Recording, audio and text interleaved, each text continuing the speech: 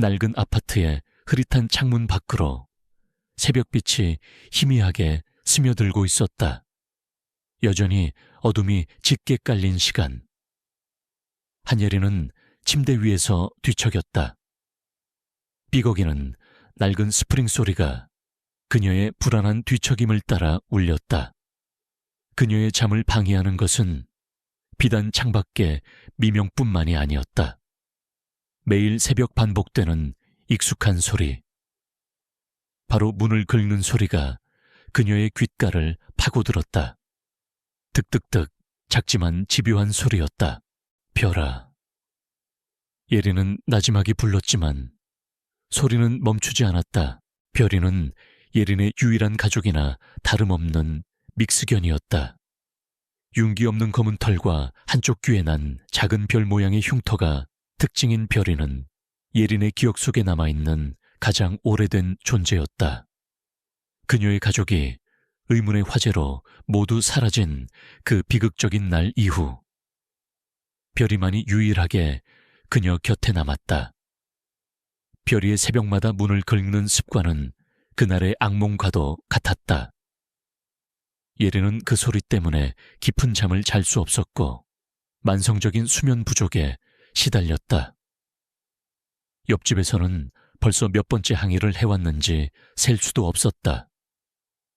걔가 새벽마다 문을 긁어서 못 살겠어요. 좀 어떻게 해봐요. 아가씨. 날카로운 이웃의 목소리가 환청처럼 귓가에 맴돌았다.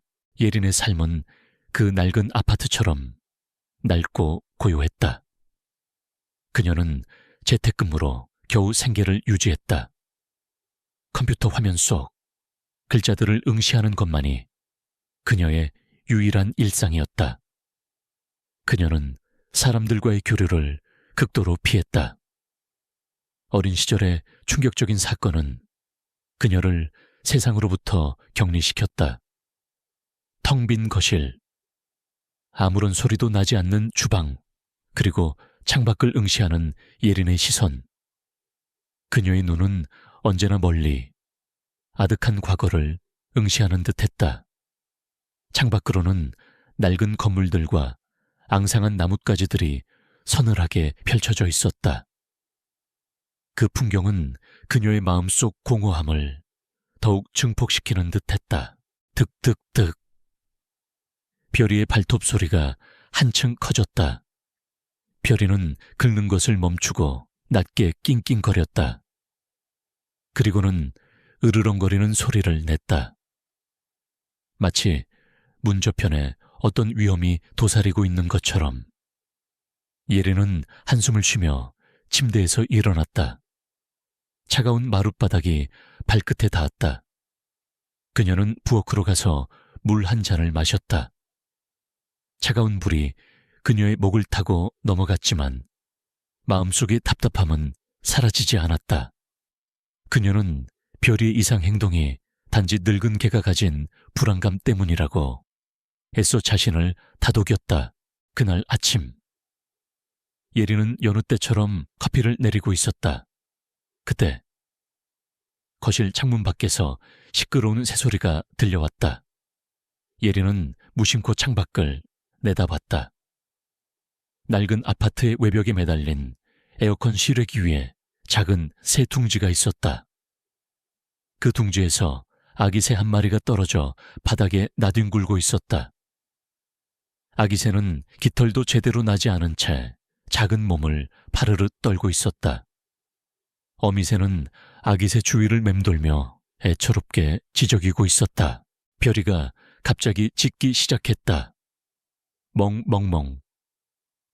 평소라면 그저 문만 긁던 별이가 이렇게까지 격렬하게 반응하는 것은 드문 일이었다.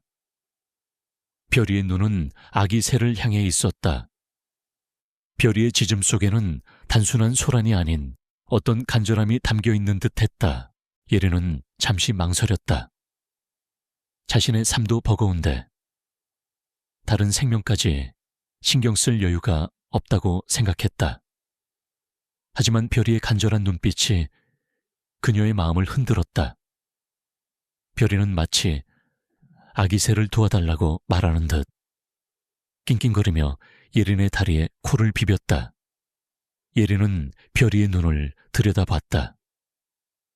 별이의 눈 속에는 측은함과 함께 말로 설명할 수 없는 깊은 연민이 담겨 있었다. 결국 예린은 작은 사다리와 장갑을 챙겨 들고 조심스럽게 창밖으로 몸을 내밀었다. 낡고 위험한 시래기 위로 올라서는 순간 그녀의 심장은 불안하게 뛰었다. 바람이 차갑게 불어왔고 낡은 에어컨 시래기는 위태롭게 흔들렸다. 아기 새는 잔뜩 겁을 먹은 채 바닥에 납작 엎드려 있었다. 예린은 조심스럽게 손을 뻗어 아기 새를 집어 들었다. 아기 새의 작은 몸이 그녀의 손바닥 안에서 파르르 떨렸다. 아기 새를 둥지에 다시 올려놓으려는 순간 예린의 손이 둥지에 닿았다. 그 순간 그녀의 몸에 미세한 전류가 흐르는 듯한 기묘한 감각이 스쳐 지나갔다. 마치 둥지 속에 숨겨진 어떤 에너지가 그녀의 몸속으로 흘러 들어오는 듯 했다. 익숙하면서도 낯선 느낌이었다. 어린 시절 그녀는 가끔씩 이런 감각을 느끼곤 했다. 특히 동물이나 식물과 가까이 있을 때 더욱 그랬다. 하지만 그녀는 그 감각을 애써 무시하며 살아왔다. 그것은 그녀를 세상과 더욱 멀어지게 하는 이질적인 감각이라고 생각했기 때문이었다. 아기 새를 둥지에 안전하게 돌려놓은 후 예린은 창문을 통해 다시 집 안으로 들어왔다. 별이는 만족스러운 듯 꼬리를 살랑거렸다. 그리고는 예린의 손바닥을 핥았다. 별이의 혀가 닿는 순간 예린은 다시 한번 그 미세한 전류 같은 감각을 느꼈다. 그리고 문득 별이의 왼쪽 귀에 난 작은 별 모양의 흉터가 눈에 들어왔다. 예린은 무심코 자신의 오른손바닥을 펼쳐봤다. 그녀의 손바닥에도 작은 별 모양의 흉터가 있었다. 언제부터 있었는지 기억조차 나지 않는 흉터였다. 흉터는 희미했지만 별이의 흉터와 너무나 흡사했다. 예린은 알 수 없는 기시감에 휩싸였다. 이 흉터는 대체 무엇일까? 왜 별이에게도 같은 모양의 흉터가 있는 걸까? 그녀의 머릿속에 작은 의문이 피어났다. 그때 현관문 밖에서 쿵, 쿵, 쿵 하는 발소리가 들렸다. 그리고 곧이어 날카로운 목소리가 들려왔다. 아가씨, 아침부터 개 짖는 소리가 아주 그냥 동네 사람들이 다 잠을 설쳐요. 이럴 거면 개를 키우지 말던가. 옆집 박씨 아저씨였다.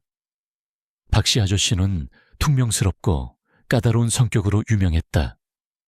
예린은 고개를 숙이며 사과했다. 죄송합니다. 아저씨, 다음부터는 조심하겠습니다. 박씨 아저씨는 예린을 얕잡아 보는 듯한 시선으로 훑어보고는 혀를 찼다. 쯧쯧. 요즘 젊은 사람들은 책임감이 없어가지고 밤늦도록 불 켜놓고 뭘 하는지 모르겠어. 박씨 아저씨는 예린의 아파트를 힐끗 쳐다보고는 투덜거리며 돌아섰다. 예린은 그의 시선에서 알 수 없는 끈적한 불쾌감을 느꼈다. 박씨 아저씨는 종종 그녀의 아파트를 지켜보는 듯한 행동을 하곤 했다. 그의 눈빛 속에는 단순한 불평을 넘어선 어떤 탐색적인 시선이 담겨있는 듯했다. 예린은 문을 닫고 한숨을 쉬었다. 자신의 삶은 왜 이렇게 매 순간이 불안하고 답답할까? 그녀는 별이를 끌어안았다. 별이는 그녀의 품에 안겨 조용히 몸을 떨었다. 별이의 몸속에서 마치 심장 박동처럼 규칙적인 작은 진동이 느껴졌다. 그리고 그 진동과 함께 알 수 없는 이미지들이 그녀의 머릿속을 스쳐 지나갔다. 어둡고 좁은 공간, 쾅 하는 소리, 그리고 매캐한 연기. 너무나도 익숙하고 끔찍한 이미지였다. 그녀의 가족이 사라진 그날 밤의 기억이었다. 별이는 그날의 모든 것을 기억하고 있는 듯했다. 예리는 떨리는 손으로 별이의 털을 쓰다듬었다. 별이의 별 모양, 흉터와 자신의 손바닥 흉터, 그리고 알 수 없는 이 기묘한 감각들, 모든 것이 그녀의 과거와 연결되어 있는 듯했다. 그녀는 그동안 애써 외면했던 과거의 진실이 서서히 수면 위로 떠오르고 있음을 어렴풋이 느꼈다. 그리고 이 모든 것의 중심에 별이가 있었다. 별이의 새벽마다 문을 긁는 행동은 단순한 습관이 아닐지도 모른다. 어쩌면 별이는 계속해서 그녀에게 무언가를 경고하고 있었던 것은 아닐까. 잊혀진 진실, 혹은 다가올 위험을. 예린의 마음속에는 설명할 수 없는 불안감과 함께 숨겨진 진실에 대한 미약한 호기심이 동시에 피어났다. 며칠 후, 예린의 낡은 아파트 벽에는 붉은색 글씨로 재개발 예정이라는 현수막이 나붙었다. 주변 이웃들은 삼삼오오 모여 웅성거렸다. 신우건설이 이 지역을 재개발하여 초고층 주상복합 건물을 짓는다는 소식은 빠르게 퍼졌다. 주민들은 오랜 삶의 터전을 잃을지도 모른다는 불안감에 휩싸였다. 예린 또한 불안했다. 이 아파트는 그녀에게 남은 유일한 안식처였다. 그날 저녁, 낡은 우편함에서 이상한 봉투를 발견했다. 발신인이 없는 하얀 봉투 안에는 삐뚤빼뚤한 글씨로 쓰인 편지 한 통과 오래된 사진 한 장이 들어있었다. 편지에는 신우건설을 조심해라. 그들은 내 가족의 비밀과 관련되어 있다. 박씨 아저씨도 그들 때문에 사라졌다. 진실을 밝혀야 한다. 라고 쓰여 있었다. 사진 속에는 불에 탄 듯한 낡은 건물 잔에 앞에서 놀란 표정으로 서 있는 어린아이의 모습이 담겨 있었다. 그리고 그 아이 옆에는 겁에 질린 채 웅크리고 있는 어린 별이의 모습이 희미하게 보였다. 예린은 사진 속 아이가 바로 자신이라는 것을 직감했다. 심장이 쿵 하고 떨어지는 듯했다. 그녀의 가족이 사라진 그날의 화재. 단순한 사고가 아닐지도 모른다는 섬뜩한 예감이 그녀의 등골을 오싹하게 만들었다. 박씨 아저씨가 사라졌다는 말에 예린은 불안에 휩싸였다. 며칠 전 그가 아파트 주변을 맴돌며 무언가를 찾는 듯한 모습을 보았던 것이 떠올랐다. 혹시 그도 이 비밀과 연관되어 있었던 걸까? 그날 밤부터 별이의 행동은 더욱 격렬해졌다. 새벽이 되기도 전에 문을 긁어대는 소리는 예전보다 훨씬 강했고, 낑낑거리는 소리는 마치 비명처럼 들렸다. 별이는 문 밖을 향해 으르렁거렸고 털을 곤두스며 불안해했다. 예린은 별이의 행동에서 단순한 습관을 넘어선 어떤 절박함을 느꼈다. 별이는 자신에게 무언가를 말하고 싶어 하는 듯했다. 예린은 잠을 이룰 수 없었다. 편지의 내용과 사진 속 자신의 모습이 머릿속을 맴돌았다. 잊고 싶었던 과거가 수면 위로 떠오르기 시작했다. 그녀는 도망치고 싶었다. 모든 것을 모른 척하고 싶었다. 하지만 별이의 절박한 울음소리가 그녀의 마음을 계속해서 흔들었다. 별이는 그녀의 유일한 연결고리였다. 그녀는 별이를 버릴 수 없었다. 그리고 편지가 던진 의문은 그녀의 내면에 잠자고 있던 어떤 본능을 일깨웠다. 외면했던 진실을 마주해야 한다는 강렬한 충동이 그녀를 사로잡았다. 다음 날 아침, 벨소리가 요란하게 울렸다. 예린이 문을 열자 말쑥한 정장 차림의 남자가 서 있었다. 그의 명함에는 신우건설 개발팀장 김민준이라고 적혀 있었다. 그는 부드럽지만 어딘가 오만한 미소를 띠고 있었다. 안녕하세요, 한예린 씨. 저는 김민준입니다. 저희 신우건설에서 이 지역 재개발 사업을 맡게 되었습니다. 김민준은 능숙하게 말을 이어갔다. 저희는 한 씨가 살고 계신 이 건물에 대한 보상금 협의를 위해 찾아왔습니다. 물론 충분히 만족하실 만한 금액을 제시해 드릴 겁니다. 예린은 김민준의 겉모습에서 느껴지는 인위적인 친절함 뒤에 숨겨진 차가움을 감지했다. 그녀는 편지의 내용을 떠올렸다. 신우건설을 조심해라. 저는 이사갈 생각이 없습니다. 예린이 단호하게 말했다. 이곳은 저에게 특별한 곳입니다. 김민준의 미소에 미세한 균열이 생겼다. 한 씨, 지금 감상에 젖으실 때가 아닙니다. 이 지역은 곧 전면 철거될 예정입니다. 보상금을 받고 다른 곳으로 이주하시는 것이 현명한 선택일 겁니다. 괜히 고집 부리다가 손해보지 마시고요. 그의 목소리에는 권유보다는 명령에 가까운 뉘앙스가 담겨 있었다. 그는 예린을 그저 순진한 어린 여자로 치부하는 듯했다. 저는 제 권리를 포기하지 않을 겁니다. 예린은 별이를 품에 안고 말했다. 별이는 김민준을 향해 낮게 으르렁거렸다. 김민준은 별이를 힐끗 보더니 코웃음 쳤다. 겨우 저런 늙은 개 한 마리 때문에 이러시는 겁니까? 어차피 이 건물은 조만간 철거될 겁니다. 그때 가서 후회하지 마세요. 그의 눈빛에는 예린을 향한 노골적인 경멸이 서려 있었다. 그 순간 예린은 별이의 몸에서 강렬한 진동을 느꼈다. 그리고 그녀의 머릿속에 섬광처럼 어떤 이미지들이 스쳐 지나갔다. 김민준의 얼굴, 그리고 그 뒤로 보이는 불길에 휩싸인 낡은 건물.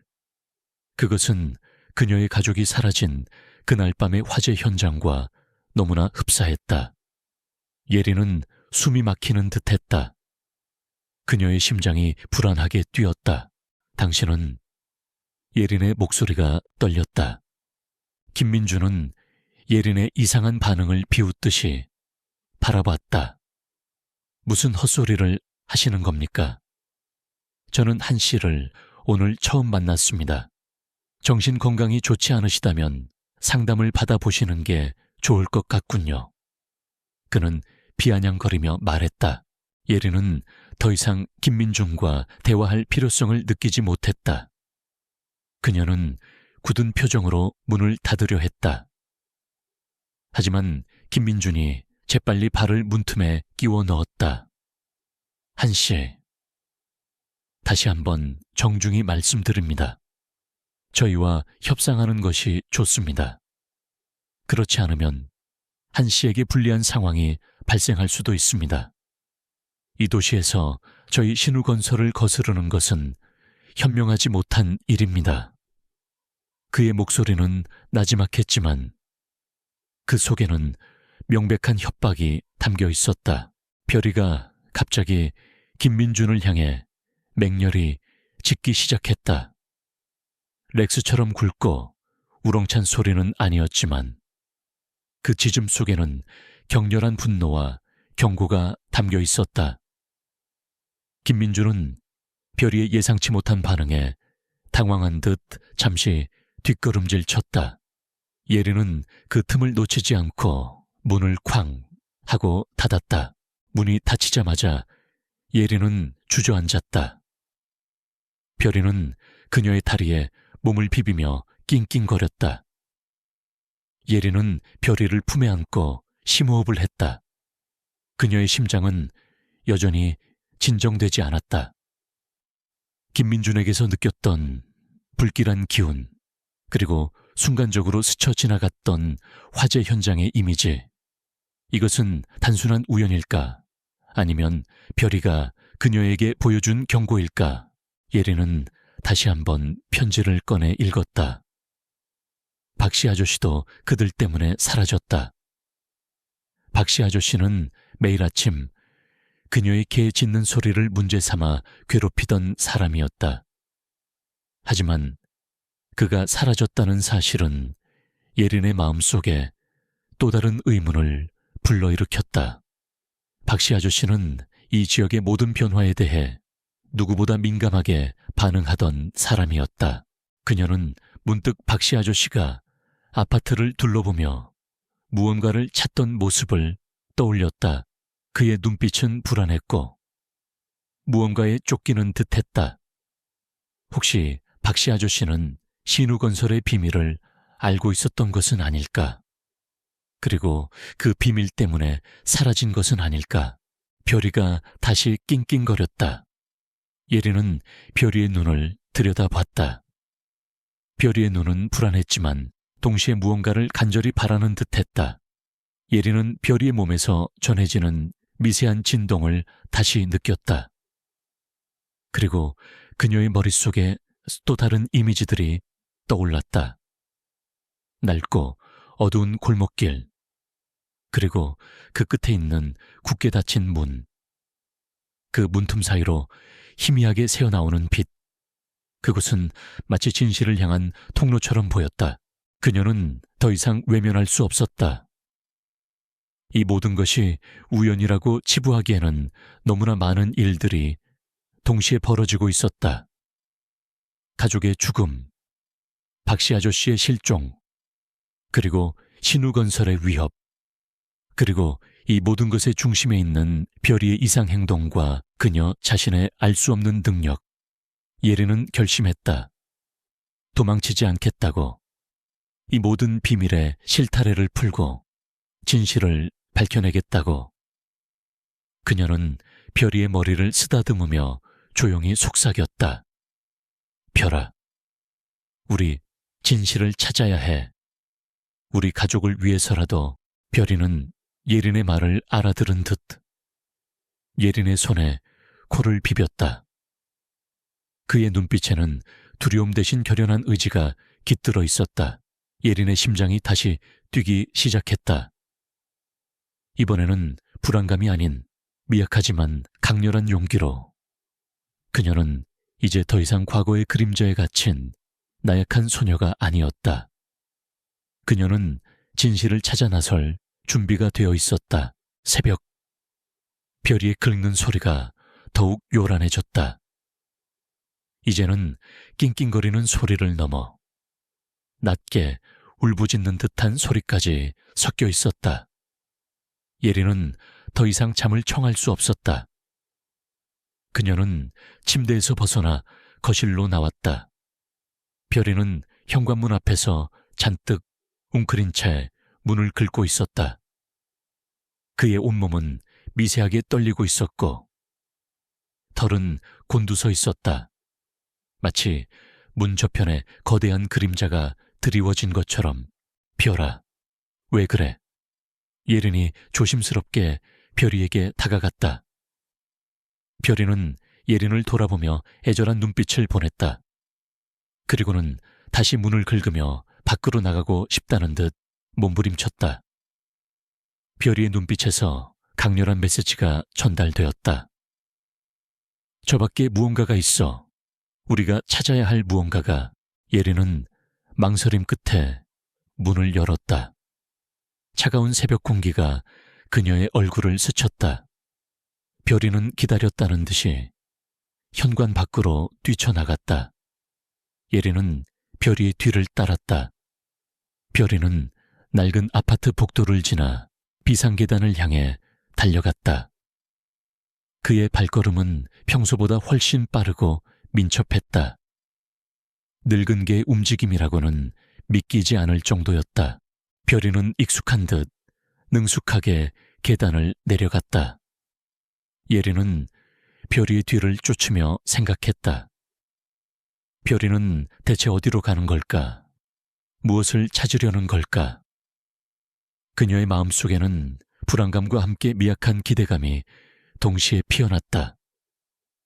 별이가 그녀에게 보여줄 진실은 대체 무엇일까? 아파트 밖으로 나오자 별이는 익숙한 골목길을 따라 빠르게 움직였다. 그녀가 어릴 때 가족과 살았던 동네의 뒷골목이었다. 낡은 상점들과 허름한 주택들이 다닥다닥 붙어있는 곳. 새벽의 어스름 속에서 골목길은 더욱 음산하게 느껴졌다. 별이는 냄새를 맡는 듯 코를 킁킁거리며 빠르게 움직였다. 마치 보이지 않는 실에 이끌린 것처럼 별이는 한참을 달려 낡은 건물들 사이에 있는 좁은 골목으로 들어섰다. 그곳은 예전에 박씨 아저씨가 종종 앉아있던 구석이었다. 예리는 그날 박씨 아저씨가 사라졌다는 편지의 내용을 떠올렸다. 별이는 그곳에서 멈춰 섰다. 그리고는 낡은 벽을 향해 격렬하게 짖기 시작했다. 별이의 짖음은 분노와 함께 어떤 다급함을 담고 있었다. 별아, 여기 뭐가 있는데? 예린이 벽을 살폈다. 낡은 벽돌들 사이에는 아무것도 보이지 않았다. 하지만 별이는 계속해서 짖었고 낡은 벽돌 틈새를 앞발로 긁기 시작했다. 별이 발톱이 긁히는 소리가 새벽의 정적을 갈랐다. 그때 별이가 갑자기 짖음을 멈추고 낡은 벽돌 틈새를 뚫어지게 응시했다. 그리고는 그 틈새에서 희미하게 반짝이는 무언가를 앞발로 건드렸다. 예린이 다가가 자세히 보니 그것은 낡고 녹슨 금속 재질의 물건이었다. 예린은 조심스럽게 그 물건을 집어 들었다. 그녀의 손에 닿는 순간 강렬한 전류 같은 감각이 다시 한번 그녀의 몸을 훑고 지나갔다. 마치 그 물건이 어떤 기억을 품고 있는 듯 했다. 그것은 낡은 라이터였다. 겉면에는 흐릿하게 개가 달리는 모양이 새겨져 있었다. 예린은 이 라이터가 익숙하다고 느꼈다. 어릴 적 그녀의 아버지가 쓰던 라이터와 비슷했다. 그리고 그녀는 문득 편지에서 박씨 아저씨가 사라졌다는 내용과 함께 숨겨진 진실이라는 단어를 떠올렸다. 혹시 이 라이터가 박씨 아저씨와 관련된 단서일까? 그 순간 골목길 저편에서 인기척이 들렸다. 어둠 속에서 3명의 건장한 남자들이 나타났다. 그들은 검은 옷을 입고 있었고 얼굴은 그림자에 가려져 잘 보이지 않았다. 그들의 시선은 예린의 손에 들린 라이터에 고정되어 있었다. 거기 아가씨, 그거 이리 줘. 한 남자가 거칠게 말했다. 그의 목소리에는 위협적인 기운이 담겨 있었다. 예린은 직감했다. 이들이 김민준의 부하들이라는 것을, 그리고 이 라이터가 그녀의 가족, 그리고 박씨 아저씨와 관련된 중요한 단서라는 것을. 별이가 으르렁거리며 남자들을 향해 몸을 잔뜩 웅크렸다. 그의 눈빛은 경계심으로 가득했다. 싫어요. 예린이 단호하게 말했다. 그녀의 목소리는 떨렸지만 그 속에는 물러서지 않겠다는 결연한 의지가 담겨 있었다. 남자들은 예린에게 달려들었다. 예린은 별이를 품에 안고 뒷걸음질 쳤다. 남자들이 라이터를 빼앗으려 손을 뻗는 순간 예린의 몸에서 강렬한 진동이 솟아올랐다. 그녀의 눈앞에 섬광처럼 이미지들이 스쳐 지나갔다. 빠른 속도로 움직이는 검은 그림자들, 그리고 누군가의 비명소리. 그것은 별이의 기억이자 그녀 자신의 어렴풋한 기억이었다. 그녀의 온몸에 알 수 없는 에너지가 흐르는 것을 느꼈다. 동시에 별이의 감정이 그녀에게 그대로 전달되었다. 별이의 공포, 분노, 그리고 이들을 막아야 한다는 강렬한 의지. 예린은 별이의 짖음 속에서 마치 언어처럼 명확한 메시지를 들었다. 피해 저기로 내가 막을게. 예린은 별이의 지시대로 몸을 날려 골목길 옆에 낡은 나무 상자 뒤로 숨었다. 남자들은 예린이 갑자기 사라진 것에 당황한 듯 잠시 멈칫했다. 그 틈을 타 별이가 남자들을 향해 맹렬히 짖으며 달려들었다. 별이의 몸은 늙었지만 그의 움직임은 예상치 못하게 빨랐다. 별이는 한 남자의 다리를 물었고 남자는 고통스러운 비명을 지르며 주저앉았다. 나머지 남자들은 별이를 제지하려 했지만 별이는 민첩하게 그들을 피하며 계속해서 짖어댔다. 예린은 숨어있는 동안 별이의 감정을 생생하게 느꼈다. 별이의 몸이 얼마나 아픈지, 얼마나 두려워하는지, 하지만 동시에 얼마나 필사적으로 자신을 보호하려 하는지. 그녀는 자신의 능력이 단지 동물들의 감정을 느끼는 것을 넘어 그들의 생각과 의지까지 이해할 수 있다는 것을 깨달았다. 이 능력은 그녀가 지금까지 외면해왔던 이질적인 것이 아니라 어쩌면 그녀의 가족이 그녀에게 남긴 마지막 선물일지도 모른다는 생각이 들었다. 별이 덕분에 시간을 벌 수 있었다. 예린은 숨어있던 곳에서 빠져나와 좁은 골목길을 따라 필사적으로 달리기 시작했다. 남자들은 별이를 제압한 후 예린의 뒤를 쫓았다. 별이는 남자들을 따돌리고 예린의 뒤를 쫓아왔다. 그의 낡은 몸은 지쳐 보였지만 그의 눈빛은 여전히 예린을 향한 맹렬한 충성심으로 불타고 있었다. 골목길 끝. 낡은 건물 벽에 기대어 앉아있는 노숙자가 보였다. 지저분한 옷차림에 얼굴에는 검댕이가 묻어 있었지만 그의 눈빛은 맑고 형형했다. 그는 예린과 남자들의 추격전을 흥미로운 듯 지켜보고 있었다. 그가 바로 그림이라는 별명을 가진 노숙자. 과거 형사였던 사람이었다. 예린은 그를 스쳐 지나가려 했지만 별이가 갑자기 그 노숙자의 발치에 멈춰 서서 낑낑거렸다. 노숙자는 별이를 향해 손을 내밀었고 별이는 노숙자의 손에 머리를 비볐다. 마치 오랜 친구를 만난 것처럼. 아이고, 별이 아니냐. 노숙자가 중얼거렸다. 그의 목소리에는 별이를 아는 듯한 친근함이 묻어 있었다. 예린은 놀랐다. 이 노숙자가 별이를 어떻게 아는 걸까? 그때 남자들이 예린에게 거의 따라잡혔다. 이리 와, 아가씨 순순히 라이터 내놔. 남자들이 소리쳤다. 노숙자는 갑자기 몸을 일으켜 남자들의 앞을 가로막았다. 그의 낡은 옷차림과는 어울리지 않게 그의 눈빛은 날카로웠고 그의 자세는 흐트러짐이 없었다. 이봐, 젊은이들, 새벽부터 왜들 이렇게 소란이야. 잠 좀 자자고. 그의 목소리에는 느릿했지만 어떤 압도적인 기운이 담겨 있었다.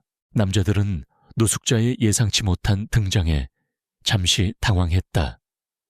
늙은이가 쓸데없는 일에 참견하지 마. 비켜. 노숙자는 피식 웃었다. 쓸데없는 일. 이건 아주 중요한 일이지. 저 라이터는 말이야. 아주 오래된 진실을 품고 있는 물건이거든. 노숙자의 시선은 예린의 손에 들린 라이터에 고정되었다. 그의 눈빛은 마치 라이터가 품고 있는 비밀을 꿰뚫어 보는 듯했다. 김민주는 멀리서 이 상황을 지켜보고 있었다. 그는 노숙자의 등장에 미간을 찌푸렸다. 노숙자는 그가 신경 쓰고 있던 인물 중 하나였다. 이 노숙자가 예린과 별이에게 접근한 것을 본 김민주는 의구심과 함께 불안감을 느꼈다. 그는 부하들에게 무전으로 속삭였다. 저 노숙자 예사롭지 않아. 일단 철수해. 저 아가씨와 개를 주시해. 남자들은 노숙자의 기세에 눌려 더 이상 예린에게 다가가지 못하고 결국 물러섰다. 그들은 예린과 별이, 그리고 노숙자를 번갈아 노려보다가 골목길 안쪽으로 사라졌다. 위험이 지나가자 예린은 안도의 한숨을 내쉬었다. 그녀는 노숙자를 바라봤다. 아저씨, 누구세요? 그리고 별이를 어떻게 아세요? 노숙자는 희미하게 웃었다. 나는 그림이라고 하네. 자네 아버지를 아는 사람이지. 그리고 별이는 자네 가족의 화재 사건을 담당했던 형사의 반려견이었어. 그의 말에 예린은 충격을 받았다. 별이가 그녀의 가족 화재 사건과 관련된 개였다니. 그림은 예린의 손에 들린 라이터를 바라봤다. 그 라이터, 자네 아버지 것 아닌가? 그날 화재 현장에서 찾지 못했던 유일한 물건인데. 그의 눈빛에는 과거의 아픔과 함께 어떤 회한이 스쳐 지나갔다. 예린은 그림의 말에 정신이 아득해지는 것을 느꼈다. 별이는 그녀의 잃어버린 가족과 연결된 존재였다. 그리고 이 라이터는 그 연결고리의 중요한 열쇠였다. 그녀는 직감했다. 그림이 그녀에게 진실을 밝히는데 결정적인 도움을 줄 수 있는 사람이라는 것을. 그녀는 더 이상 혼자가 아니었다. 낡은 골목길에 어스름한 새벽빛 아래. 예린은 그림의 말에 충격을 감출 수 없었다. 별이가 자신의 가족 화재 사건과 관련된 형사의 반려견이었다니. 그리고 손에 들린 라이터가 아버지의 것이라는 사실. 이 모든 조각들이 하나의 거대한 퍼즐을 이루고 있다는 직감이 강하게 밀려왔다. 아저씨, 자세히 말씀해 주세요. 대체 무슨 일이죠? 예린의 목소리는 갈라졌다. 별이는 그녀의 발치에 앉아 그림을 물끄러미 바라봤다. 별이의 눈빛에는 그림에 대한 깊은 신뢰와 함께 진실을 갈망하는 듯한 간절함이 담겨 있었다. 그림은 예린의 손에 들린 라이터를 보며 긴 한숨을 내쉬었다. 나는 10년 전 자네 가족의 화재 사건을 담당했던 형사였네. 그 당시에는 단순한 전기, 누전 사고로 종결되었지만 나는 줄곧 의문을 품고 있었지. 몇 가지 석연찮은 점들이 있었거든. 그림은 말을 이어갔다. 특히 자네 아버지의 이 라이터가 사라진 것이 가장 의아했어. 자네 아버지는 이 라이터를 아꼈고 항상 몸에 지니고 다녔거든. 그런데 화재 현장에서는 감쪽같이 사라졌지. 그림의 눈빛에는 과거의 회한과 함께 풀지 못한 미스터리에 대한 집념이 서려 있었다. 그럼 별이는요? 별이가 왜 아저씨 반려견이었죠? 예린이 물었다. 그림은 별이의 머리를 쓰다듬었다. 별이는 당신의 파트너 형사가 키우던 개였어. 그 형사는 화재 사건 직후 실종됐지. 그리고 얼마 뒤 별이만 홀로 자네 집 근처를 배회하고 있는 걸 내가 발견했네. 별이도 그날의 충격으로 제정신이 아니었지. 나는 별이에게서 뭔가 단서를 찾으려 했지만 별이도 아무것도 말해주지 않았어. 아니, 말할 수 없었겠지. 그림의 목소리에는 슬픔이 묻어났다. 예린은 별이를 끌어안았다. 별이의 몸에서 또다시 미세한 진동이 느껴졌다. 그리고 그녀의 머릿속에 혼란스러운 이미지들이 스쳐 지나갔다.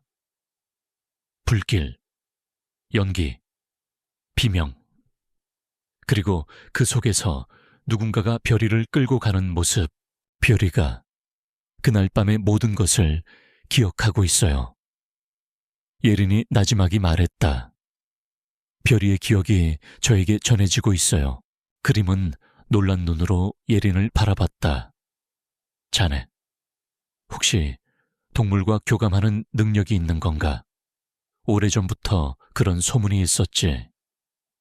한씨, 집안에 대대로 내려오는 특별한 능력이라고. 예린은 자신의 능력에 대해 누구에게도 말한 적이 없었다. 그녀는 그 능력이 자신을 세상으로부터 더 고립시키는 이질적인 것이라고 생각했다. 하지만 그림의 말은 그녀의 능력이 단순한 우연이 아니며 그녀의 가족과 연결되어 있다는 것을 의미했다. 저는 확실히는 모르겠지만 별이의 감정을 느낄 수 있어요. 그리고 가끔은 별이의 기억까지도. 예린이 조심스럽게 말했다. 그럼 이건 우연이 아닐세. 그림이 단호하게 말했다. 별이는 자네에게 진실을 알리려 애썼던 거야. 새벽마다 문을 긁어대고 자네를 이리로 이끈 것도 다 그 때문이겠지. 박씨 아저씨도 신우건설의 수상한 움직임을 파헤치려다 변을 당했을 걸세. 그림의 눈빛은 확신에 차 있었다. 예린은 손에 든 라이터를 꽉 쥐었다. 라이터에서 느껴지는 미세한 전류 같은 감각이 그녀의 온몸으로 퍼져나갔다. 이 라이터가. 그리고 별이가 그녀의 가족 화재 사건의 진실을 밝힐 열쇠였다. 그녀는 더 이상 과거에서 도망칠 수 없었다. 도망쳐서도 안 되는 일이었다. 그날부터 예린은 그림과 함께 진실을 파헤치기 시작했다. 그림은 과거 수사 기록과 자신이 몰래 수집했던 자료들을 예린에게 보여주었다. 그 자료들 속에는 신우건설이 이 지역의 땅을 매입하는 과정에서 벌어진 불법적인 정황들이 담겨 있었다. 그리고 화재 당시의 수상한 증언들도 있었다. 신우건설은 이 지역을 재개발하기 위해 온갖 불법적인 방법을 동원했네. 주민들을 협박하고 땅을 강제로 빼앗으려 했지. 자네 아버지는 주민들의 대표로서 그들에게 맞섰어. 그러다가 변을 당한 거지. 그림의 목소리에는 분노가 묻어났다. 예린은 김민준의 얼굴을 떠올렸다. 그의 오만하고 비열한 미소. 그리고 그가 내뱉었던 협박. 한 씨에게 불리한 상황이 발생할 수도 있습니다. 모든 것이 맞아떨어졌다. 별이는 예린과 그림이 이야기를 나눌 때마다 옆에서 낑낑거리며 고개를 끄덕이거나 꼬리를 흔들며 반응했다. 별이는 마치 모든 것을 이해하고 있는 듯했다. 예린은 별이의 감정 변화를 통해 중요한 단서들을 얻을 수 있었다. 별이가 불안해하거나 특정 장소에서 으르렁거릴 때마다 그곳에는 신우건설과 관련된 불법적인 흔적들이 발견되었다. 그림은 별이의 행동과 예린의 능력을 보며 감탄했다. 별이의 후각과 자네의 능력이 합쳐지면 그 어떤 최첨단 장비도 따라올 수 없는 수사 능력이 될 걸세. 그들은 함께 밤낮 없이 증거를 찾았다. 낡은 창고, 버려진 공장, 그리고 폐쇄된 건물들을 뒤지며 숨겨진 흔적을 찾아냈다. 별이는 놀라운 집중력으로 냄새를 추적했고, 예린은 별이의 감정을 통해 과거의 파편들을 연결했다. 별이는 과거의 화재 현장 근처에서 킁킁거리며 맴돌았고, 예린은 그곳에서 희미하게 남아있는 기름 냄새와 함께 불꽃이 솟아오르던 순간의 충격적인 기억을 생생하게 느꼈다. 그것은 단순한 정의 누전이 아니었다. 누군가가 고의로 불을 질렀다는 것이었다. 수사는 빠르게 진행되었지만 김민중과 그의 부하들도 그들의 움직임을 감지하고 있었다. 그들은 예린과 그림의 뒤를 쫓으며 증거를 인멸하려 애썼다. 며칠 후 예린과 그림은 박씨 아저씨가 마지막으로 목격된 곳이라는 낡은 폐가에 도착했다. 폐가는 을씨년스럽고 적막했다. 별이는 폐가 안으로 들어가자마자 격렬하게 짖기 시작했다. 그의 짖음은 분노와 함께 슬픔이 섞여 있었다. 여기야 박씨 아저씨가 여기 있었어. 예린은 별이의 감정 변화를 통해 직감했다. 그들이 폐가 안으로 들어서자마자 갑자기 뒤에서 문이 쾅 하고 닫히는 소리가 들렸다. 그리고 어둠 속에서 김민준의 목소리가 들려왔다. 어리석은 것들, 결국 여기까지 기어들어왔군. 폐가 아는 순식간에 암흑으로 변했다. 김민준의 부하들이 사방에서 나타났다. 예린과 그림은 순식간에 포위되었다. 그들의 손에는 몽둥이가 들려 있었다. 별이는 예린의 앞에 나서서 으르렁거렸다. 그의 눈빛은 불길 속에서도 흔들림 없는 전사의 그것과 같았다. 당신이 박씨 아저씨를 해친 거죠. 예린이 소리쳤다. 쓸데없는 소리 말고 라이터 1이 내놔. 그리고 네가 모아둔 증거들까지. 모두 김민준의 목소리는 차갑게 울렸다. 그리고 네 가족의 화재 사건에 대해서도 너무 많이 알고 있는 것 같더군. 내가 깨끗하게 정리해주지. 그의 목소리에는 노골적인 살기가 담겨 있었다. 예린은 라이터를 품에 꽉 쥐었다. 이것을 빼앗기면 모든 것이 끝이었다. 그림은 예린의 앞을 막아서며 말했다. 나는 결코 물러서지 않을 거네. 너희 같은 악당들에게 진실을 넘겨줄 순 없어. 그의 낡은 몸은 떨렸지만 그의 눈빛은 굳건했다. 노망난 늙은이 주제에 남자들이 그림에게 달려들었다. 상황은 절체절명의 위기에 처했다. 예린은 공포에 질렸지만 동시에 그녀의 내면에서 알 수 없는 힘이 솟아오르는 것을 느꼈다. 그녀는 별이의 감정을 느꼈다.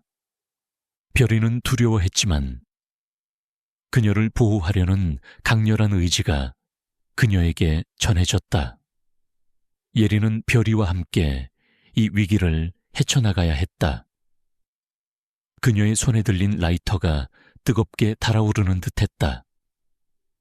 그녀는 이제 더 이상 나약한 소녀가 아니었다. 그녀는 가족의 복수와 정의를 위해 싸울 준비가 되어 있었다. 시간이 없어. 이 건물은 곧 무너질 거야. 그때 그림이 갑자기 외쳤다. 그의 목소리에는 어떤 경고가 담겨 있었다. 이곳은 신우건설이 불법적으로 개조한 곳이야. 언제 무너져도 이상하지 않아. 김민준, 너는 자멸하는 길을 택한 거야. 그림은 김민준의 눈을 똑바로 바라보았다. 그의 말은 단순한 위협이 아니었다. 그는 이 건물의 구조적 결함을 알고 있는 듯했다. 김민준의 얼굴에 당황한 기색이 스쳤다.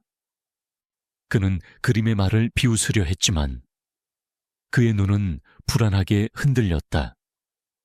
그 역시 이 건물의 불안정성을 어렴풋이 알고 있었던 것이다. 예린은 그림의 외침을 들으며 더욱 필사적으로 라이터를 지켜냈다. 그녀는 별이와 함께 이 위기를 벗어나야 했다. 그녀의 심장은 폭풍처럼 요동쳤지만 이제는 더 이상 두려움 때문이 아니었다. 그것은 진실을 향한 강렬한 갈망과 정의를 향한 뜨거운 의지 때문이었다. 폐가 아는 암흑과 긴장감으로 가득했다. 김민준의 부하들이 사방에서 예린과 그림을 에워쌌다. 몽둥이를 든 남자들의 그림자가 벽에 길게 드리워졌다. 별이는 예린의 앞에 서서 낮은 으르렁거림을 멈추지 않았다. 그의 눈은 불꽃처럼 이글거렸다. 어서 내놔. 더 이상 시간 낭비하지 마. 김민준이 날카롭게 외쳤다. 그의 목소리에는 초조함이 섞여 있었다. 그림이 말한 건물의 불안정성 때문인 듯했다. 예린은 라이터를 품에 꽉 쥐었다. 별이의 몸에서 전해지는 진동이 더욱 강렬해졌다.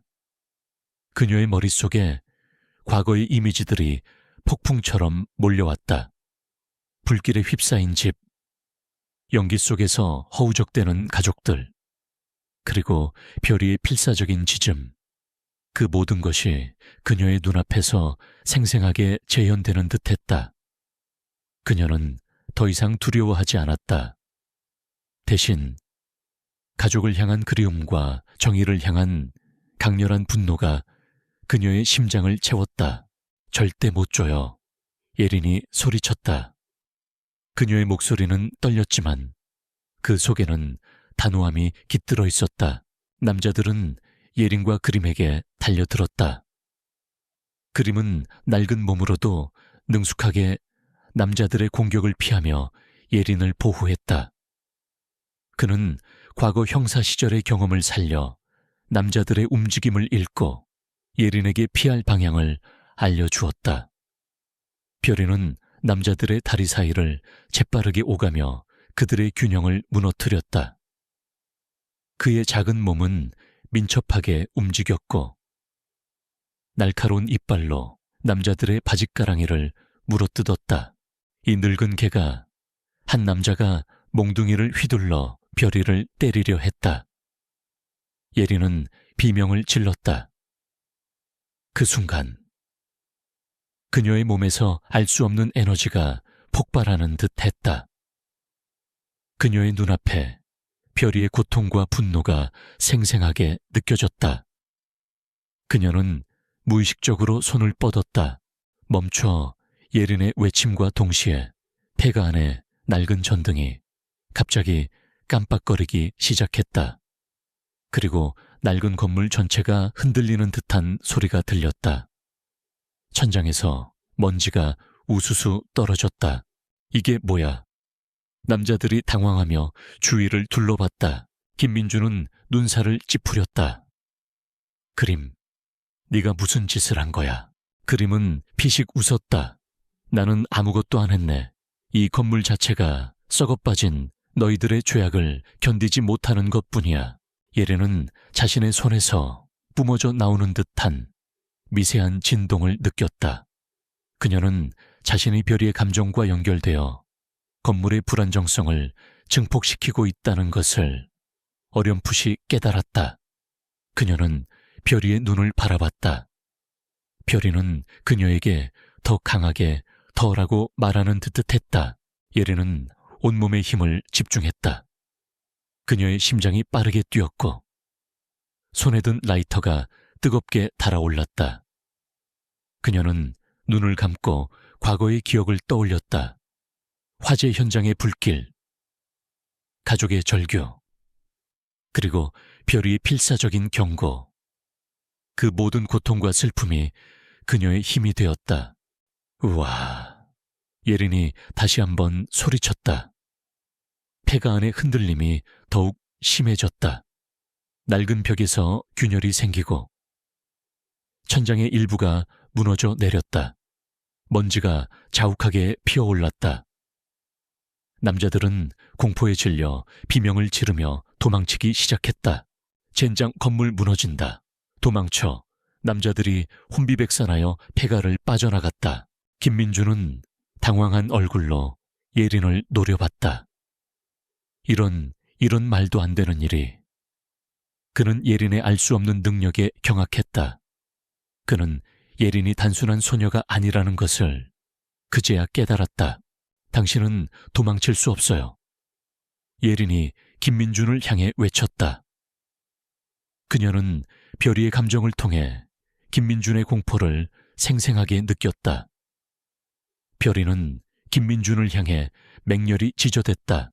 김민준은 예린을 한 번 더 노려보더니 결국 폐가를 빠져나갔다. 예린과 그림, 그리고 별이만이 무너져가는 폐가 안에 남았다. 예린아, 어서 이리로 와. 그림이 무너지는 천장을 피해 예린을 불렀다. 예린은 별이를 품에 안고 그림에게 달려갔다. 그들이 폐가를 빠져나오는 순간 낡은 건물이 거대한 굉음을 내며 완전히 무너져 내렸다. 먼지가 하늘로 치솟았고 폐가는 순식간에 거대한 흙더미로 변했다. 예린은 숨을 헐떡이며 무너진 폐가를 바라봤다.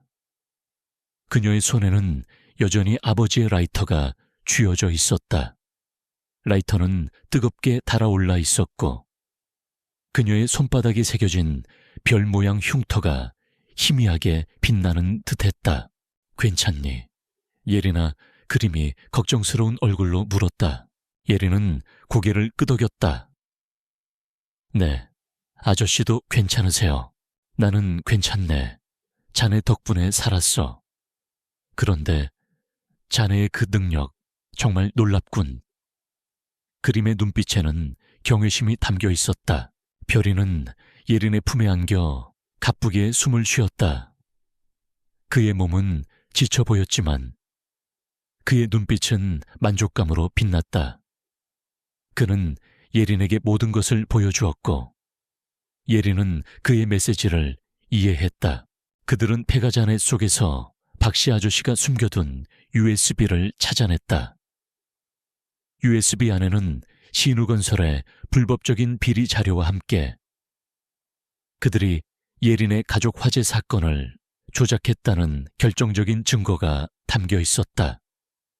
그리고 김민준의 배후에 있는 진짜 인물, 즉 신우건설의 회장인 최 회장의 이름이 명시되어 있었다. 최 회장은 이 지역의 땅을 강제로 빼앗기 위해 모든 악행을 저질렀던 것이었다. 며칠 후 재개발 사업에 대한 중요한 공청회가 열리는 날이었다. 김민준은 여전히 당당한 모습으로 연단에 서서 신우건설의 비전을 설명하고 있었다. 그는 예린과 그림이 증거를 찾지 못했을 것이라고 확신하는 듯했다. 공청회장에는 많은 기자들과 주민들이 모여 있었다. 그들은 김민준의 말에 귀를 기울였다.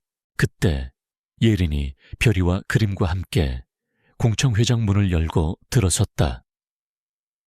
그녀의 등장에 장내는 술렁거렸다. 김민준의 얼굴에서 미소가 사라졌다. 그는 예린의 손에 들린 USB를 보고 경악했다. 예린은 단상으로 걸어나갔다. 그녀의 발걸음은 당당했고 그녀의 눈빛은 흔들림 없었다. 별이는 예린의 발치에 앉아 김민준을 노려봤다. 김민준 씨, 당신은 거짓말을 하고 있습니다. 예린이 마이크를 잡고 말했다. 그녀의 목소리는 떨렸지만 공청회장 전체에 울려 퍼졌다. 신우건설은 이 지역을 재개발하기 위해 온갖 불법적인 방법을 동원했습니다. 그리고 제 가족의 화재 사건도 당신들이 조작한 것입니다. 장내는 술렁거렸다. 기자들은 카메라 플래시를 터뜨렸고 주민들은 경악한 표정으로 예린을 바라봤다. 김민준은 얼굴이 하얗게 질렸다. 무슨 헛소리야, 저 여자가 미쳤군. 그는 소리쳤다. 증거가 있습니다. 예린은 USB를 컴퓨터에 연결했다. 그리고 박씨 아저씨가 남긴 녹음 파일을 재생했다. 녹음 파일 속에는 김민준과 최 회장이 화재 사건을 조작하고 박씨 아저씨를 협박하는 내용이 생생하게 담겨 있었다. 녹음 파일이 재생되는 동안 장내는 침묵에 휩싸였다. 모든 사람들의 시선은 김민준에게 고정되었다. 김민준의 얼굴은 창백해졌고 그의 몸은 미세하게 떨렸다. 그는 더 이상 아무 말도 할 수 없었다. 이것은 단순한 사고가 아니었습니다. 당신들은 돈 때문에 무고한 사람들의 목숨을 빼앗고 그 진실을 덮으려 했습니다. 예린의 목소리는 분노로 가득했다. 그녀의 눈에서는 뜨거운 눈물이 흘러내렸지만 그녀는 멈추지 않았다. 제 가족은 당신들 때문에 죽었습니다. 박씨 아저씨도 당신들 때문에 사라졌습니다. 당신들은 벌을 받아야 마땅합니다. 장내의 분위기는 순식간에 바뀌었다. 처음에는 의심의 눈초리로 예린을 바라보던 주민들은 이제 분노와 경악으로 김민준을 노려봤다. 기자들은 쉴 새 없이 사진을 찍고 녹음했다. 김민준은 도망치려 했지만 이미 경찰들이 그를 애워쌌다. 그는 결국 체포되었다. 최 회장의 이름이 언론에 공개되었고 그 역시 곧 체포될 것이라는 소식이 전해졌다. 예린은 마이크를 내려놓았다. 그녀의 온몸은 떨렸지만 그녀의 마음은 놀랍도록 평온했다. 그녀는 별이를 끌어안았다. 별이는 그녀의 품에 안겨 조용히 몸을 떨었다. 그의 눈빛은 예린을 향한 깊은 사랑과 함께 모든 것이 제자리를 찾았다는 듯한 안도감을 담고 있었다. 장내의 주민들은 예린에게 박수갈채를 보냈다. 그들은 예린의 용기와 희생에 감동했다. 그들의 얼굴에는 경외심과 함께 진실이 밝혀졌다는 안도감이 서려 있었다. 예린은 그들의 시선 속에서 자신이 더 이상 혼자가 아니라는 것을 느꼈다. 그녀는 가족의 복수를 이루었고 정의를 실현했다. 그리고 이 모든 것은 별이와 그림의 도움이 있었기에 가능했다. 공청회장에서 진실이 폭로되자 모든 것이 뒤바뀌었다. 김민준은 현장에서 체포되었고 그의 배후에 있던 신우건설 최 회장 또한 검찰 수사를 받게 되었다는 속보가 이어졌다. 언론은 신우건설의 비리와 예린 가족 화재 사건의 진실을 대서특필했다. 한때 지역 재개발의 선봉장이었던 신우건설은 순식간에 비리 기업으로 전락했고 그들의 모든 사업은 중단되었다. 예린은 공청회장을 나서는 길에 수많은 기자들에게 둘러싸였다. 플래시가 터지고 질문들이 쏟아졌다. 그녀는 당당하게 진실을 말했다. 저는 제 가족의 명예를 되찾고 싶었습니다. 그리고 이 지역 주민들의 억울함을 풀고 싶었습니다. 그녀의 목소리는 힘찼고 그녀의 눈빛은 결연했다. 별이는 예린의 발치에 앉아 조용히 그녀를 지켰다. 기자들은 별이의 모습에도 감탄하며 카메라 셔터를 눌러댔다. 며칠 후 최 회장과 김민준은 모든 혐의를 인정하고 구속되었다. 그들은 자신들의 탐욕과 권력욕 때문에 수많은 사람들의 삶을 파괴하고 무고한 생명을 앗아갔다는 사실을 법정에서 시인했다. 그들의 죄에 합당한 처벌이 내려질 것이었다. 진실이 밝혀진 후 예린의 삶에도 변화가 찾아왔다. 잃어버렸던 가족의 명예가 회복되었고 그녀를 짓눌렀던 과거의 그림자도 조금씩 옅어졌다. 그녀의 마음속에는 이제 슬픔 대신 평온함이 자리 잡았다. 그녀는 더 이상 세상으로부터 자신을 고립시키지 않았다. 그녀의 곁에는 여전히 별이가 있었다. 별이는 이제 더 이상 새벽마다 문을 긁지 않았다. 대신 매일 아침 예린의 침대 옆으로 와서 그녀의 손을 핥으며 아침 인사를 했다. 별이의 눈빛은 따뜻한 햇살처럼 온화했다. 예린은 별이를 품에 안고 속삭였다. 별아, 우리 이제 괜찮아. 다 끝났어. 별이는 예린의 품에 안겨 가늘게 낑낑거렸다. 모든 고통이 사라졌다는 듯한 안도감이 느껴졌다. 예린은 별이를 데리고 김할머니가 입원해 있는 병원을 찾았다. 철수는 완전히 회복되어 건강한 모습으로 병실을 뛰어다니고 있었다.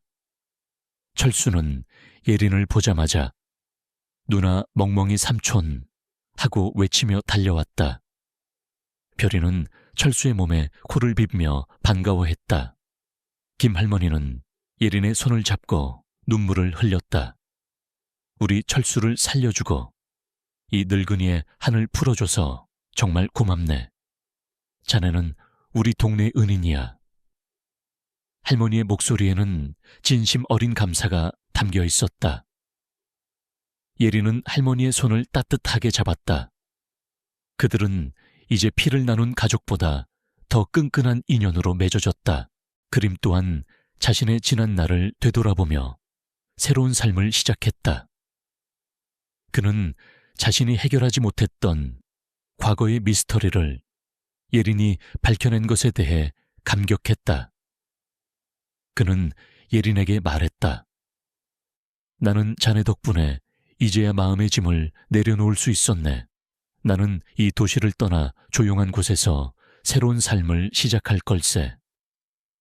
하지만 자네의 앞날을 항상 응원할 걸세. 그림은 예린의 손을 잡고 진심으로 격려했다. 예린은 그림에게 따뜻한 포옹으로 작별 인사를 건넸다. 그는 그녀의 첫 번째 조력자이자 그녀의 숨겨진 능력을 믿어준 사람이었다. 며칠 후 예린은 한 통의 전화를 받았다. 국내에서 가장 큰 동물보호단체에서 걸려온 전화였다. 그들은 예린의 능력을 높이 평가하며 유기견이나 트라우마를 겪는 동물들을 돕는 프로젝트에 함께해달라고 제안했다. 특히 동물과 교감하는 예린의 특별한 능력이 큰 도움이 될 것이라고 했다. 예린은 잠시 망설였다. 다시 한번 자신의 능력을 세상에 드러내야 한다는 부담감도 있었다. 하지만 그녀는 별이를 바라봤다. 별이의 눈빛에서 그녀는 희망을 보았다. 별이는 그녀에게 능력이란 숨겨야 할 것이 아니라 나누어야 할 선물이라는 것을 가르쳐 주었다. 좋습니다. 예린은 제안을 수락했다. 그녀의 목소리에는 새로운 시작에 대한 기대감과 함께 따뜻한 설렘이 담겨 있었다. 이것은 단순한 직업이 아니었다. 그녀는 이제 자신의 능력으로 다른 생명들을 돕고 상처받은 영혼들을 치유할 수 있게 되었다. 그녀는 진정한 삶의 의미를 찾았다. 그날 저녁, 예린은 별이와 함께 공원 벤치에 앉았다. 노을이 하늘을 붉게 물들이고 있었다.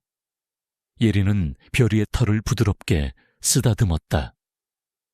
별이는 그녀의 무릎에 머리를 기대고 평온하게 숨을 쉬었다. 별아.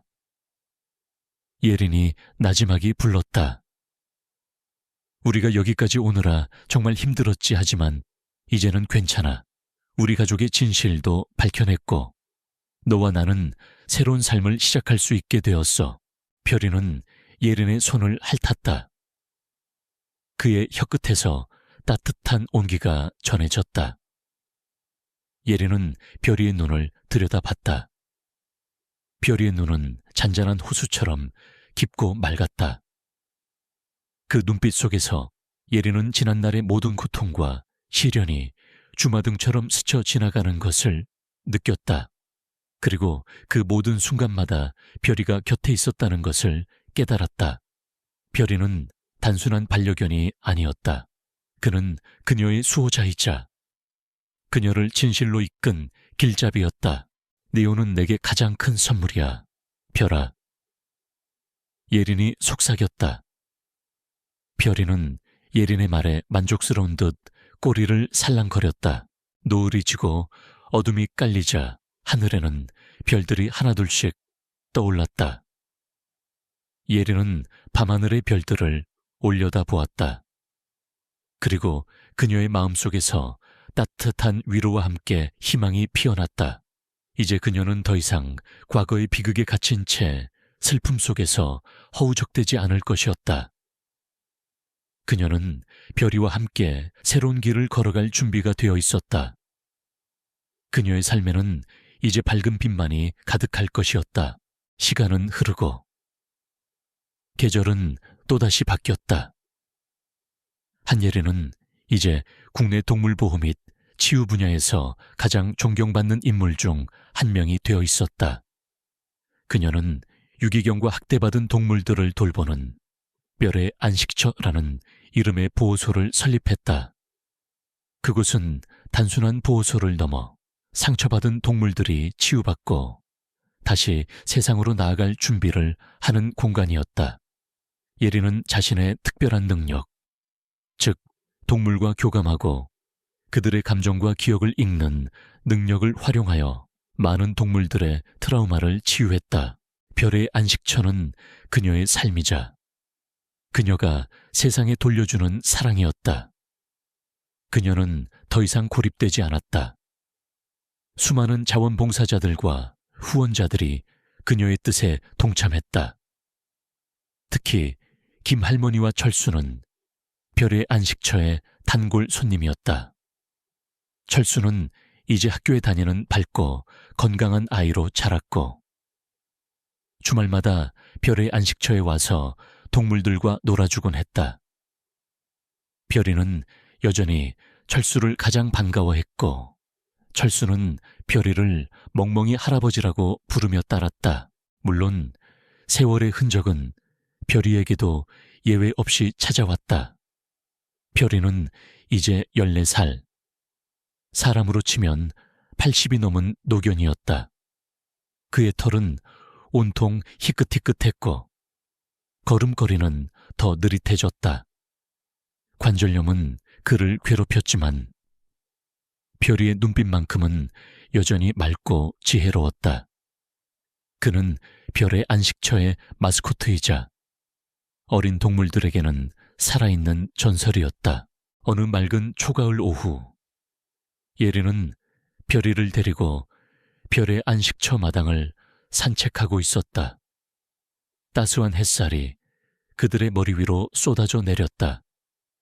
별이는 평소보다 힘겹게 걸었고 예린은 그런 별이의 옆을 천천히 걸으며 그의 등을 부드럽게 쓰다듬었다. 별이는 문득 발걸음을 멈추고 예린을 올려다보았다. 그의 눈빛은 평소와 달랐다.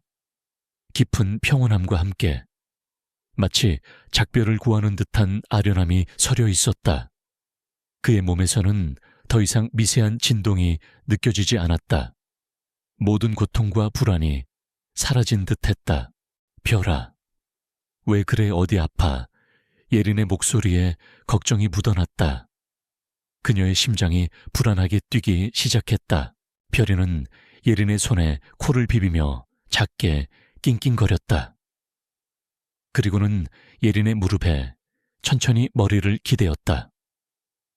별이의 숨소리는 점점 더 가빠졌다. 그의 몸에서 따뜻한 온기가 서서히 식어가는 것을 예린은 느낄 수 있었다. 예린은 직감했다. 별이가 마지막 순간을 준비하고 있다는 것을. 그녀의 눈가에 뜨거운 눈물이 맺혔다. 그녀는 별이를 품에 꼭 안았다. 그의 온몸이 그녀의 품속에서 편안하게 이완되었다. 별아, 고마워. 정말 고마워. 예린은 흐느끼며 별이의 털을 쓰다듬었다. 내 덕분에 내가 다시 살 수 있었어.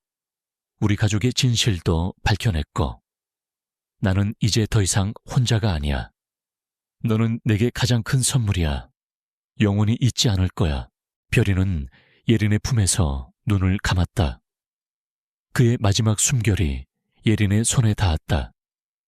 별이의 입계는 희미한 미소가 떠올라 있는 듯했다. 그는 평생을 예린을 지키고 진실을 알리는 데 헌신했다. 마지막 순간까지 그는 예린에게 사랑과 평온함을 선물해 주었다. 그의 영혼은 자유롭게 하늘로 날아오르는 듯했다. 그의 낡은 몸은 이제 더 이상 고통받지 않을 것이었다. 별이가 세상을 떠난 후 예린은 깊은 슬픔에 잠겼다. 별의 안식처 모든 동물들과 자원봉사자들도 함께 슬퍼했다. 하지만 이번에는 과거처럼 자신을 가두지 않았다. 그녀는 별이에게 작별을 구하고 그가 남긴 유산을 이어받기로 결심했다. 별의 안식처는 더욱 활성화되었고 별이의 정신은 그곳에서 영원히 살아 숨 쉬게 되었다. 예린은 렉스스쿨을 설립하여 자신의 능력을 활용해 동물들과 소통하고 치유하는 방법을 가르쳤다. 그녀는 젊은 훈련사들과 수의사들에게 동물들의 감정과 기억을 읽고 그들을 이해하는 방법을 전수했다. 그녀의 가르침은 수많은 상처받은 동물들의 삶을 변화시켰고 렉스의 정신은 영원히 살아 숨 쉬게 되었다. 그녀의 능력이 이제는 하나의 학문 분야로 발전하고 있었다. 어느 날 예린은 별이의 묘지를 찾아갔다. 묘비에는 별 진실을 밝힌 영웅, 영원한 가족이라는 글귀가 새겨져 있었다. 예린은 별이의 묘비 앞에 앉아 조용히 이야기를 건넸다. 별아, 잘 지내. 여기는 내 덕분에 많은 것이 변했어. 우리는 여전히 너를 기억하고 네가 남긴 지혜와 사랑으로 세상을 치유하고 있어. 고맙다. 내 친구, 내 가족. 예린의 눈가에는 잔잔한 미소가 떠올랐다. 그녀는 더 이상 과거의 아픔에 갇히지 않았다. 별이는 그녀에게 상처를 치유하고 새로운 삶의 의미를 찾아주었다. 그녀는 이제 어릴 적의 나약한 소녀가 아니었다. 그녀는 강하고 지혜로우며 사랑으로 가득 찬 한예린이었다. 별의 안식처 마당에는 새로 지어진 작은 도서관이 있었다. 그곳에는 그녀의 가족과 별의 이야기가 담긴 책들이 가득했다. 아이들이 책을 읽으며 동물들과 교감하는 방법을 배우고 있었다. 한예린은 그곳에서 아이들에게 직접 책을 읽어주며 동물들의 소중함과 생명의 존엄성을 가르쳤다. 그녀의 목소리는 따뜻하고 부드러웠다.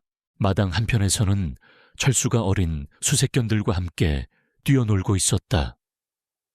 철수는 별이가 했던 것처럼 작은 강아지들에게 공을 던져주며 환하게 웃었다. 그의 옆에는 김할머니가 앉아 따뜻한 미소를 짓고 있었다. 예린은 별이를 품에 안고 마당을 거닐었다. 그녀의 발걸음은 가볍고 평온했다. 따스한 햇살 아래 마당 한쪽에는 그녀가 어릴 적 아기 새를 구해주었던 그 나무가 무성하게 자라 있었다. 나무 위에서는 새들이 지저귀고 작은 새 한 마리가 힘찬 날갯짓으로 하늘을 향해 날아올랐다. 그 모습은 마치 모든 고통에서 벗어나 자유를 얻은 별이의 영혼처럼 보였다. 한예린의 삶은 이제 별이가 남긴 희망의 빛으로 가득 찼다. 그녀는 진정한 별이 되어 세상을 비추고 있었다. 이 이야기를 사랑해 주셔서 감사합니다. 여러분의 따뜻한 관심과 응원은 저에게 큰 힘이 됩니다. 앞으로도 더 좋은 이야기로 찾아뵙겠습니다. 채널 구독과 좋아요, 알림 설정 잊지 마세요.